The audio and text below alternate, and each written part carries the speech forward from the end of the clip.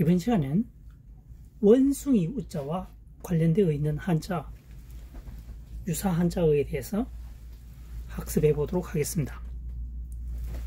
원숭이 우자가 보면 맞전,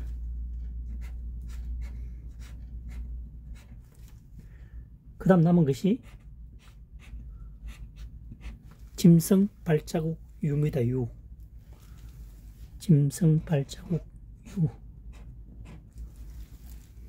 그러면 풀이를 해보겠습니다. 밭에 짐승의 발자국을 남기지 않는 동물은 원숭이라는 얘기입니다. 역접으로 풀이합니다. 대부분 동물은 다 발자국을 남기죠.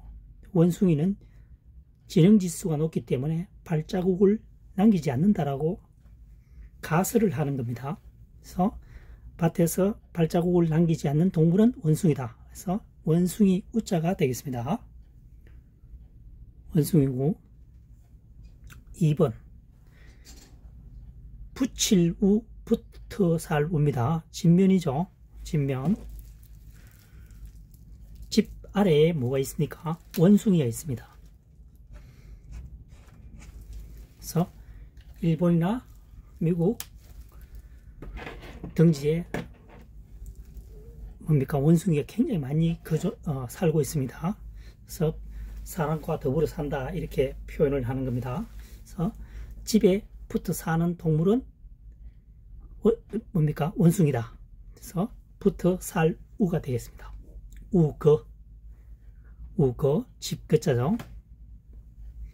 3번 어리석을 봅니다. 원숭이 우, 그 다음 아랫부분에 마음심이 들어가 있습니다. 마음심. 원숭이의 마음은 뭐죠? 어리석다는 얘기입니다. 조삼모사라는 말이 있죠. 아침에 3개, 저녁에 4개. 이렇게 숫자를 바꾸니까 7개인데 아침에 3개, 저녁에 4개.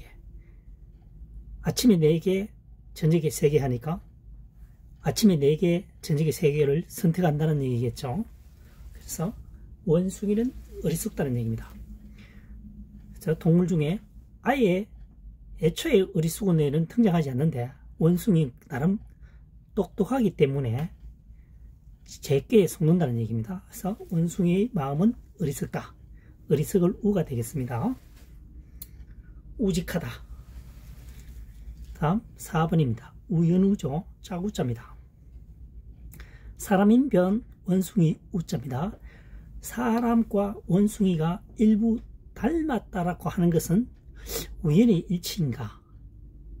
아니면은 사람과 원숭이가 짝을 이룬다고 하면 닮은 꼴을 동물 중에 닮은 꼴을 모으게 되면 원숭이와 사람이 짝이 될 확률이 있겠죠.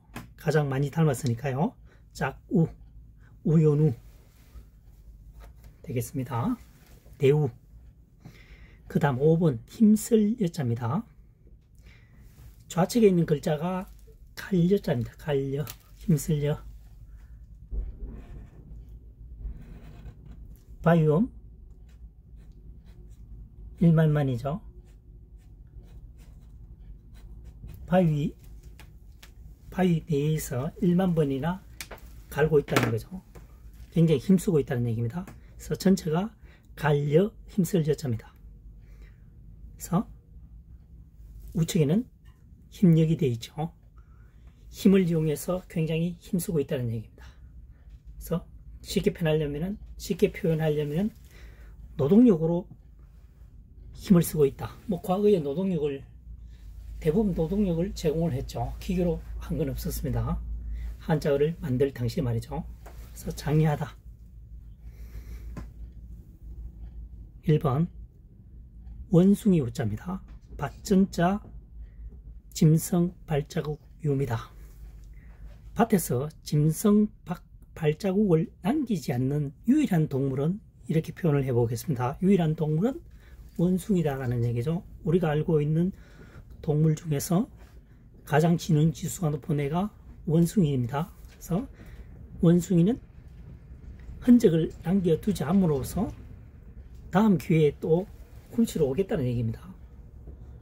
그래서 원숭이 우자가 되겠습니다. 2번 붙어살우입니다. 뒷면 집 아래에 집 안에 원숭이가 붙어 산다는 얘기입니다. 원래 원숭이는 자연에서 살아야 되는데 일본이나 미국 같은 경우에는 사람과 가까이에 살죠. 그래서 붙어살우가 되겠습니다. 집에 원숭이들이 인간과 더불어 산다. 더불어 살루, 붙어살루, 붙일루 되겠습니다. 우그. 3번 어리석을 우입니다. 밭전 짐승 아니죠. 밭전서 짐승 발자국류는 원숭이 자입니다. 원숭이 우 마음심. 원숭이의 마음은 어리석음을 가지고 있다. 반똑똑이니까 그렇죠. 그래서 조삼 모사란 말이 있습니다. 아침에 3개, 저녁에 4개. 아침에 4개, 저녁에 3개를 선택한다는 거죠. 조삼모사. 우직. 그 다음 4번 우연우자입니다. 사람 인변 원숭이 우자입니다. 원숭이와 사람은 짝을 지우게 되면, 짝을 지운다는 것은 비슷한 동물끼리 짝을 지우게 되면 확률이 높아지겠죠. 사람과 말, 소, 돼지, 개 닮았다라고는 생각을 하지 않겠죠. 사람과 닮은 것으로 짝을 짓게 되면 원숭이가 높다는 겁니다. 그래서 짜구, 우연우. 우연우 풀이할 때는 사람과 원숭이가 닮았다는 것은 우연의 일치일까? 뭐 이렇게 표현을 하면 되겠죠. 여기서는 그 2024년 현재 시점의 파자 분석은 우연우를 기억 저장하기에 가장 적합한 언어들의 조합이라고 할까요? 본인이 적성이 맞는 것을 선택하시면 되겠습니다. 그 다음 5번 힘쓸 여자입니다. 힘력을 빼고 바위옴 1만만입니다. 바위 안에서 1만 번이나 간다는 거죠. 그래서 갈려, 힘쓸려 되겠습니다. 그래서 우측의 힘력을 사용함으로써 보다 더 구체적으로 노동력을 제공한다는 느낌이 확 옵니다. 그래서 힘쓸려가 되겠습니다. 장려하다. 장려하다. 지금까지 설명한 한자어는 시대적 배경은 끌어들이죠. 끌어들입니다. 한자가 2024년에 만든 것이 아니고 수백 년 전 또는 수천 년 전에 만들어졌기 때문에 시대적 상황은 한번 배경은 그려 범직하죠. 하지만 각골문이나 설문해자, 상형문자, 두리뭉술 설명을 하지 않습니다. 최대한으로 주어진 한자만을 가지고 활용해서 연상작용을 일으키는 학습 방법이 되겠습니다. 지금까지 강의 내용이 도움이 되셨다면 구독, 좋아요, 응원해 주시면 더욱 감사하는 마음으로 항상 노력하도록 하겠습니다. 현재 약 8,000여자가 풀이되어 있습니다. 감사합니다. 다음 시간에 또 뵙도록 하겠습니다.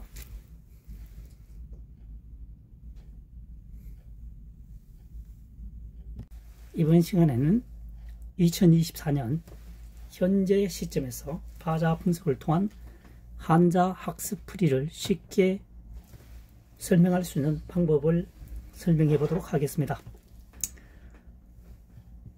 1번 물고기 어, 2번 미련할 로, 3번 소생할 소, 4번 고기 잡을 어, 5번 절인 물고기 포가 되겠습니다. 한번 설명해 보도록 하겠습니다. 물고기 어자를 살펴보면 아늘포, 아늘포죠. 아늘포. 그 다음 밭전입니다. 그 다음 불화발입니다. 불화발이라고 하는 것은 발이죠. 사람에 비교하면 아랫부분이 있기 때문에 발이라고 표현합니다. 그 다음 안을 퍼는 맨 위에 있죠. 그래서 머리라고 표현을 합니다. 머리, 발. 그렇죠? 그래서 불화, 발이 되겠습니다. 이 불화하고 같다는 얘기죠. 이 불화. 자, 그래서 밭에 안고 가서 불에 구워 먹는 것은 주로 물고기였다는 얘기입니다. 이 한자를 만들 당시에는 수백 년 또는 수천 년 전에 만들어졌겠죠. 그래서 주로 잡을 수 있는 것이 가장 쉽게 잡을 수 있는 게 아마 물고기가 아니었나 생각됩니다. 많은 짐승을 잡기 힘들죠. 그래서 사슴이나 이런 쪽에는 빠르니까 잡기 힘들고, 여기서 흔히 잡을 수 있는 것이 물고기라는 얘기입니다. 밭에 안고 가서 불에 구워 먹는 것은 주로 물고기 종류였다 해서 물고기어가 되겠습니다. 어류. 자, 그 다음 두 번째입니다. 미련할로, 둔할로가 되겠습니다. 여기서는 해일로 풀이하겠습니다. 해일. 미련하다고 날짜하고는 관계가 없죠. 자, 햇볕 위에 뭐가 있느냐 하면 물고기가 있습니다. 햇볕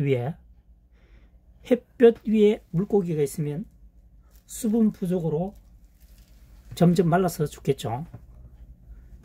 굉장히 미련한 놈이 되겠죠. 그래서 미련할로가 되겠습니다. 미련할로, 둔하다.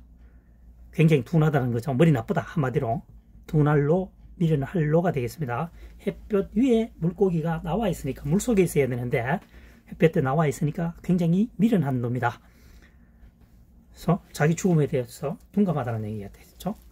노둔. 3번 소생을 소가 되겠습니다. 이게 이제 풀초머리죠. 풀초머리. 윗부분의 머리에 해당되니까 풀초머리입니다. 그 다음 물고기어, 그 다음 벼화입니다. 여기서는 풀이라고 하는 것은 뭡니까? 약초 정도 되겠죠. 약초.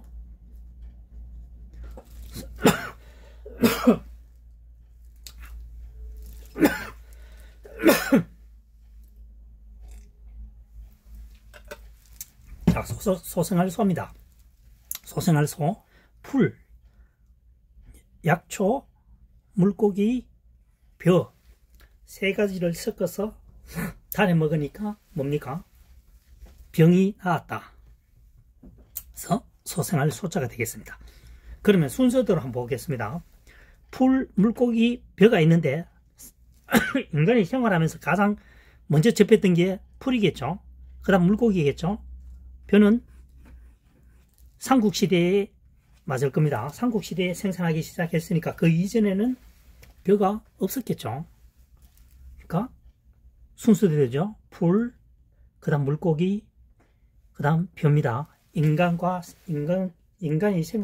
사람이 생활하면서 뭡니까? 점차적으로 접해지는 부분이 풀이 제일 먼저 먹기 시작했고, 그 다음 물고기를 잡기 시작했고, 그 다음 벼를 생산했겠죠. 그래서 순서대로 하게 되면 되고, 약초에 물고기에 벼를 세 가지를 섞어서 먹으니까 아픈 병이 나았다. 그래서 소생할 소가 되겠습니다. 그 다음 네 번째입니다. 고기잡을 어죠. 삼수변, 물수변입니다. 물고기어죠. 물에 있는 물고기는 어떻습니까? 물 속에 있는 물고기니까 당연히 고기 잡으려고 하겠죠. 그래서 고기 잡을 어가 되겠습니다. 고기 잡을 어. 물 속에 물고기가 있으니까 눈에 띄니까 작겠죠. 고기 잡을 어가 되겠습니다. 어부, 어부 가장 많이 사용되는 한자가 되겠죠. 그 다음 5번입니다. 절인 물고기 포입니다. 절인 물고기 포. 물고기 어죠. 살포입니다. 감싼다는 뜻입니다. 물고기가 있습니다. 감쌌다는 거죠. 장기간 먹기 위해서는 저장을 해야 됩니다. 저장하기 위해서는 소금이 필요하겠죠. 그래서 소금으로 절였다는 얘기입니다. 그래서 절인 물고기 포가 되겠습니다. 물고기가 있는데 여기에 감싸고 있는 것은 소금이다. 소금에 감싼 물고기를 우리는 표현상 물고기를 절인 것이라고 한다. 이렇게 되죠. 그래서 절인 물고기 포가 되겠습니다. 자, 다시 한번 살펴보도록 하겠습니다. 물고기입니다. 아늘포, 밭전, 불화발입니다. 밭에서 안고 와서 내과에서 잡아서 이동을 한다는 얘기죠.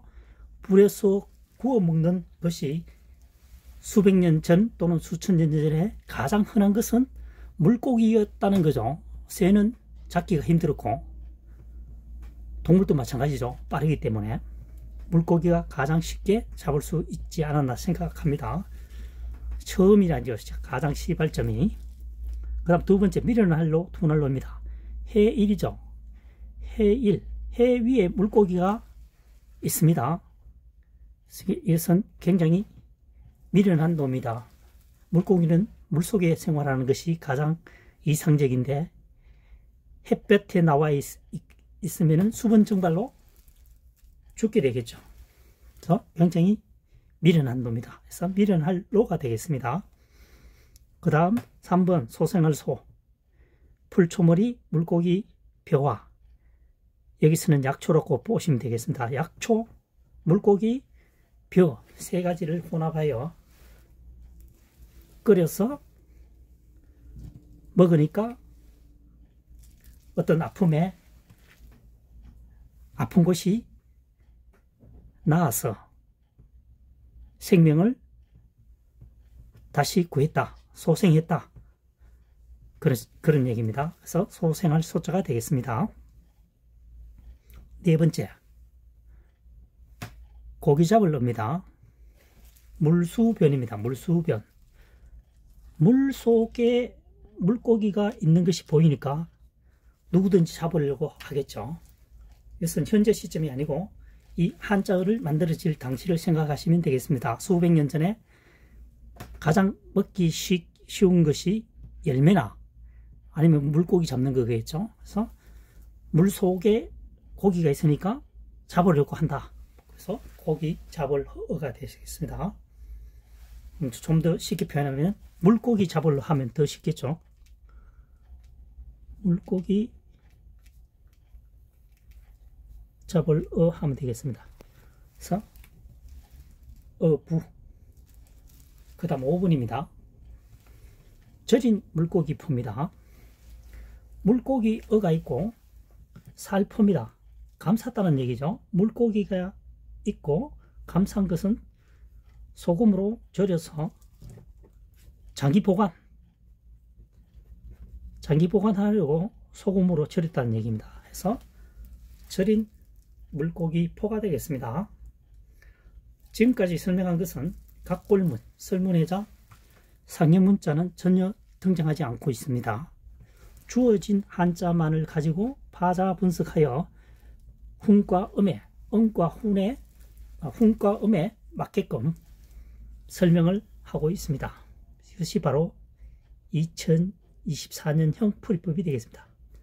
훈과 음이죠.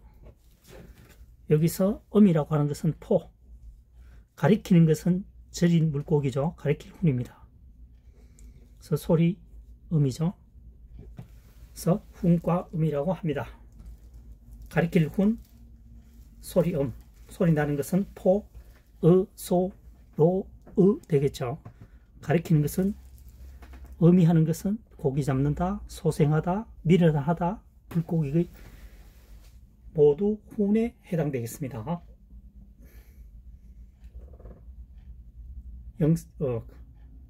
한자의 영상이 도움되셨다면 구독, 좋아요, 응원해 주시면 대단히 감사하겠습니다. 항상 감사하는 마음으로 더욱 노력하도록 하겠습니다. 다음 시간에 또 뵙도록 하겠습니다.